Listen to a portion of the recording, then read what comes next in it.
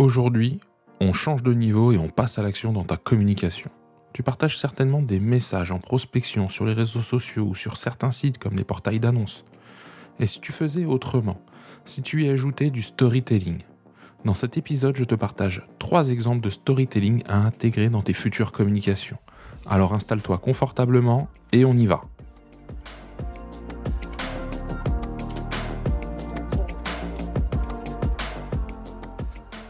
Limo Entrepro, c'est le podcast pour toi professionnel, expérimenté ou novice qui a besoin de changer l'image de ton métier auprès de tes clients. À chaque épisode, nous partageons ensemble un ou plusieurs sujets pour t'aider à avancer dans ton quotidien, pour qu'il te ressemble, qu'il soit aligné avec tes valeurs et surtout remettre l'humain au cœur de ce métier. Alors je te remercie de ton écoute et c'est parti!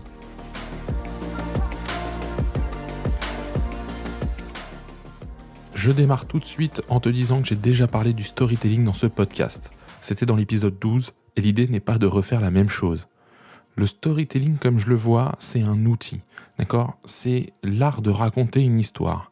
Attention, l'art de raconter une histoire et pas d'inventer une histoire. C'est d'être capable de créer un récit qui soit à l'écrit, en audio ou en vidéo, captivant et surtout qui parle à celui qui va le lire, l'entendre ou le voir. Je vais donc te partager 3 types de storytelling qui vont te faire passer à un autre niveau. Et je me suis basé sur des messages déjà existants. L'idée, c'est de reprendre ce qu'on fait déjà, mais d'en changer la forme. D'accord ? Le contenu, lui, reste le même, mais c'est la forme, c'est la façon dont on va le raconter qui va être différente. Alors, premier exemple, c'est celui des ventes qu'on a réussies.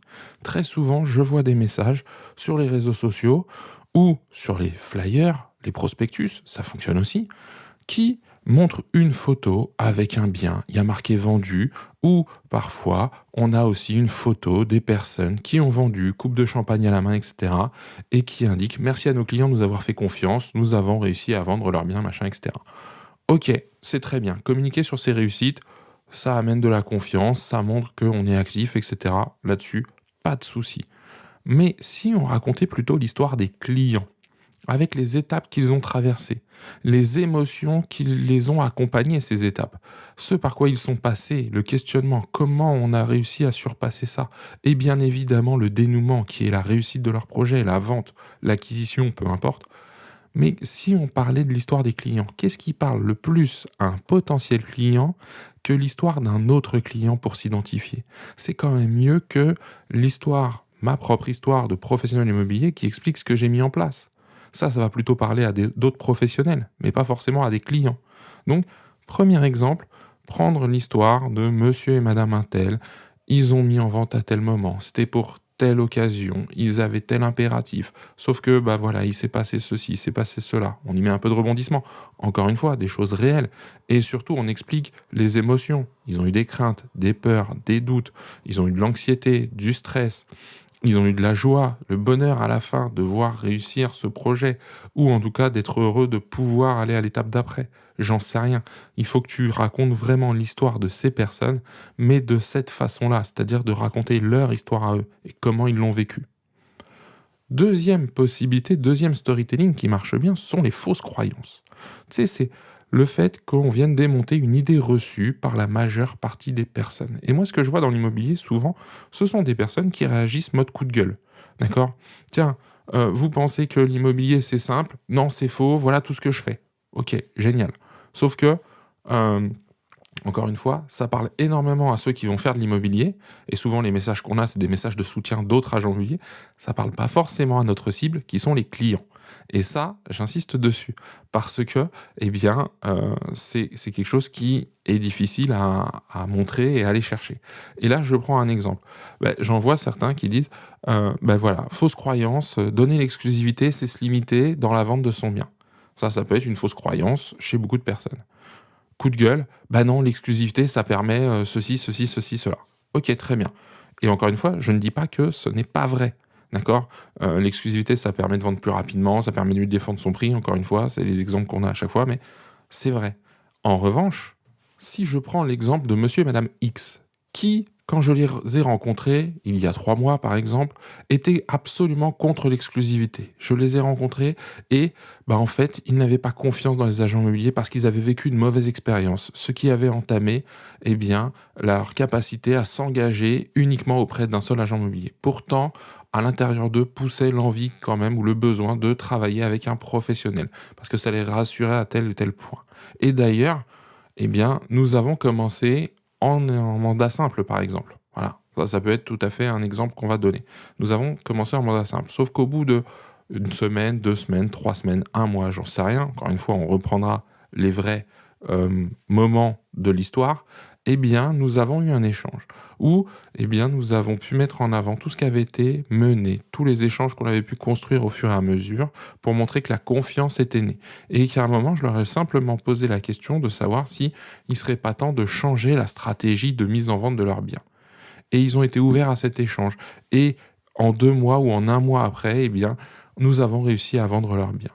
Et donc, on passera par les émotions, d'accord ? La méfiance, la crainte au début, puis après la montée de la confiance chez ces personnes, leur engagement à aller vers un mandat exclusif, et pour terminer sur, encore une fois, la joie, le contentement de la mission réussie, en tout cas de voir avancer ce projet.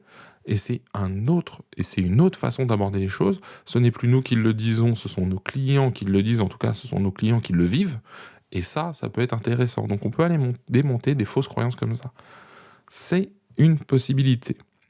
Et j'arrive à mon 3e exemple, le recrutement. J'en ai fait un live il n'y a pas si longtemps que ça. Et le recrutement, c'est assez drôle parce que je trouve que, encore une fois, on est sur des messages qui sont vraiment très linéaires, qui se ressemblent les uns les autres en fait. D'accord ? Souvent, nous recherchons, alors parfois il y a un petit mot sympa, la perle rare, la pièce manquante à notre puzzle, celui qui sera motivé, déterminé, etc., etc. Ok, c'est cool. Et si, plutôt que de le faire comme ça, et encore une fois, je dis pas qu'il faut pas le faire comme ça, je dis juste que là, j'apporte un autre éclairage et qu'on peut mettre les deux les uns à côté des autres et voir comment ça réagit. Et donc, je reviens à mon sujet sur le recrutement. Si je faisais intervenir quelqu'un qui partage son recrutement au sein de mon entreprise ou, parce que je pense aussi aux mandataires qui recrutent, il y en a certains qui recrutent des personnes et de se dire, tiens, je vais faire parler telle personne, elle était en reconversion, on a pu avoir cet échange, j'ai pu l'accompagner sur telle et telle chose, et aujourd'hui, elle est satisfaite de travailler dans l'immobilier, elle s'épanouit, et voilà pour quelle et quelle raison. Plutôt que ce soit moi qui le dise, c'est de faire parler quelqu'un d'autre.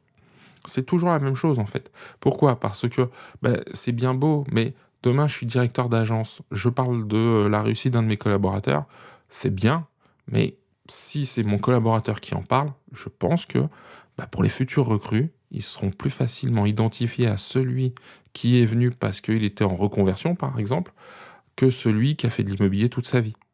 Et ça, c'est hyper pertinent. Mais encore une fois, à moi peut-être de le faire sous le format d'une interview, à moi de l'expliquer, de l'agrémenter peut-être d'une photo de la personne quand elle est heureuse, de, de signer un compromis, d'aller à la rencontre des personnes. Ça peut être fait à ce moment-là, mais ça peut être sympa de le montrer sous un autre angle que simplement l'angle de la recherche, l'annonce, avec une fiche de poste, avec le détail des missions. Je crois que l'émission et tout ça, on peut en parler forcément, mais aussi on peut le déterminer, que ce soit lors d'entretiens ou à d'autres moments de la relation. Nous arrivons déjà à la fin de l'épisode, et tu l'auras compris, il existe bien des manières de faire du storytelling. Il existe même des techniques pour maintenir l'attention, pour réaliser de bonnes accroches, capter l'attention par le visuel. Mais cela ne sert à rien si tu n'as pas une bonne histoire à partager. Alors, plutôt que de te dire « crois-moi sur parole », moi je t'invite à approfondir tes récits, tes aventures dans l'immobilier et à voir l'impact que cela crée. Donc, tu le fais 1 fois, 2 fois, 3 fois, que ce soit sur un flyer, sur un post, sur une vidéo, et derrière, je t'invite à venir partager avec moi tes difficultés, ce sur quoi tu voudras avancer, ce sur quoi tu as réussi, ce sur quoi tu es contre ce que je viens de te dire, c'est tout à fait possible. Et ça, tu as mes réseaux sociaux juste en dessous dans la description de l'épisode. Ça me fera plaisir de partager ça avec toi. Il me reste à te remercier des quelques minutes passées ensemble et de ton attention. Je te donne rendez-vous la semaine prochaine pour parler d'IMO entre pros. D'ici là, prends soin de toi et de tes clients.